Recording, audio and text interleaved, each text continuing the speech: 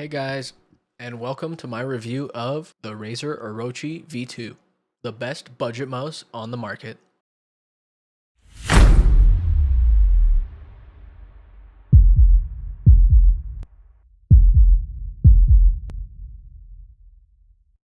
This is a custom version that I ordered. It was from some artist presets available online on Razer's website, and I customized it a little bit. The price of the base model is 69 USD, and the customs directly from Razer are $20 more at 89 USD. I had a G Pro wireless as my main before, and decided to get this over the G Pro Superlight, mainly due to poor experiences with regards to double clicking on the Logitech's Armron switches. To start things off, this mouse is small, very small. I would not recommend it to people with massive hands unless you'd like a tight grip or a fingertip grip with half of your palm on the desk. Some people are down, you never really know, but I can't imagine it is that comfortable. It is not an ambidextrous mouse. It has a slight concave curvature on the thumb side, which in my opinion is really comfortable.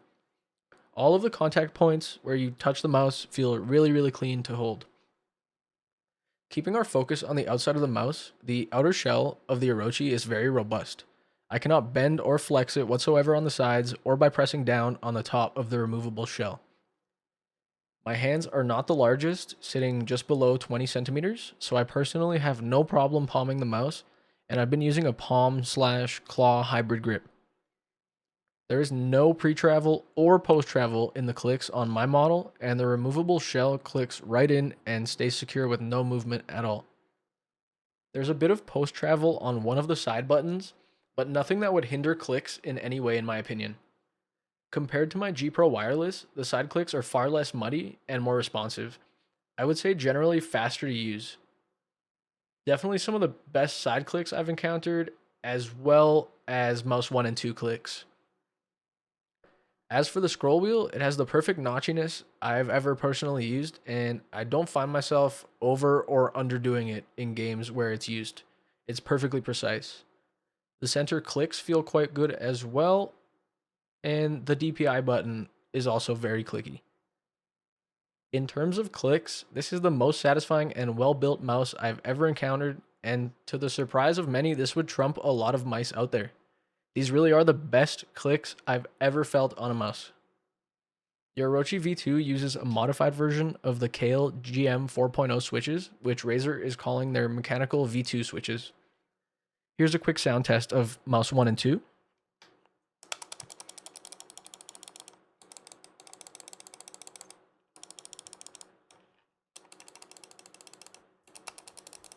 And here's a quick test of the side buttons.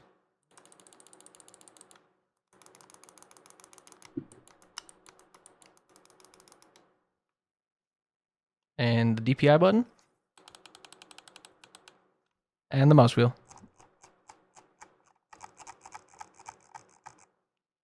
There is a tiny bit of side flex on mouse 1 and 2, but nothing noticeable to be honest. Nothing that I would actually personally do in a gaming form. It's pretty much something I would just force. I would never do it while gaming.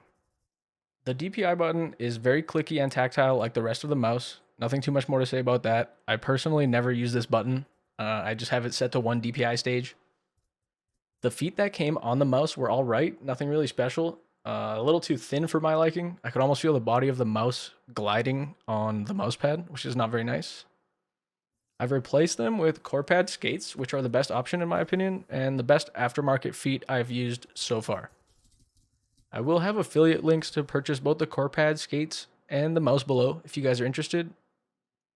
If you want a full, complete custom, you can grab one from guys like Nacho Customs, and there's base layouts that you can edit, again, available on the Razer website. In the Razer software, you can adjust DPI stages, lift-off distance, and that's pretty much all I would use it for, but there's more uses as well. The USB dongle can be stored inside the mouse for travel, and on top of that, it can actually connect to multiple Razer devices at the same time, saving you USB ports. Precious USB ports. With this mouse, I've really been able to improve performance on Apex. The sensor Razer used on this mouse is the 18K optical sensor, which isn't their quote unquote top of the line sensor, but I feel no difference in responsiveness. I haven't had any spinouts, and I haven't had any real issues of that sort at all. There is zero perceived difference between this and the Logitech Lightspeed sensor, for example. The sensor position is actually pretty far forward compared to what most people will be accustomed to, but I found that this has actually been more beneficial rather than awkward for me. My main concern moving to a mouse with an actual battery would be convenience, and it's still pretty much the only con I have discovered so far after 3 to 4 months of use. But the battery life is phenomenal and unrivaled by any other mouse. It's not really a fair battle though, since the battery is external, but in Bluetooth mode, one AA battery lasts about 950 hours, and in 2.4 wireless mode, it would last about 400 hours, give or take a few. The only thing I have yet to try is a AAA lithium ion battery, which would be about 7 grams lighter. We are looking at about 72 grams with a AA lithium ion battery and around 65 grams with a AAA. I know many people opted for the AAA with an adapter in it so it can sit in the same AA slot and not disrupt the overall balance of the mouse. Perhaps something to look into for yourselves. I know a lot of people were saying it is pretty bottom heavy if you put it in the regular AAA slot, so I don't think you would want that. I'm probably going to have to give it a try with the adapter myself. I will say in conclusion that this is the best consistently performing mouse that I own. My tracking and flicking in Apex and Kovacs have greatly improved since I have switched to the Orochi, and I'm proud to call this my main and my daily. It's hard to imagine a mouse in the current market that would make me stop using the Orochi V2. Without a doubt in my mind, this is the best mouse for fingertip or claw users, and also for small to medium-handed mouse users. To add to all that, this mouse is very affordable, it's very well built, and it's packed with features that should last the test of time with regards to technological advancements in mice. I would recommend it for gaming and for daily use at that.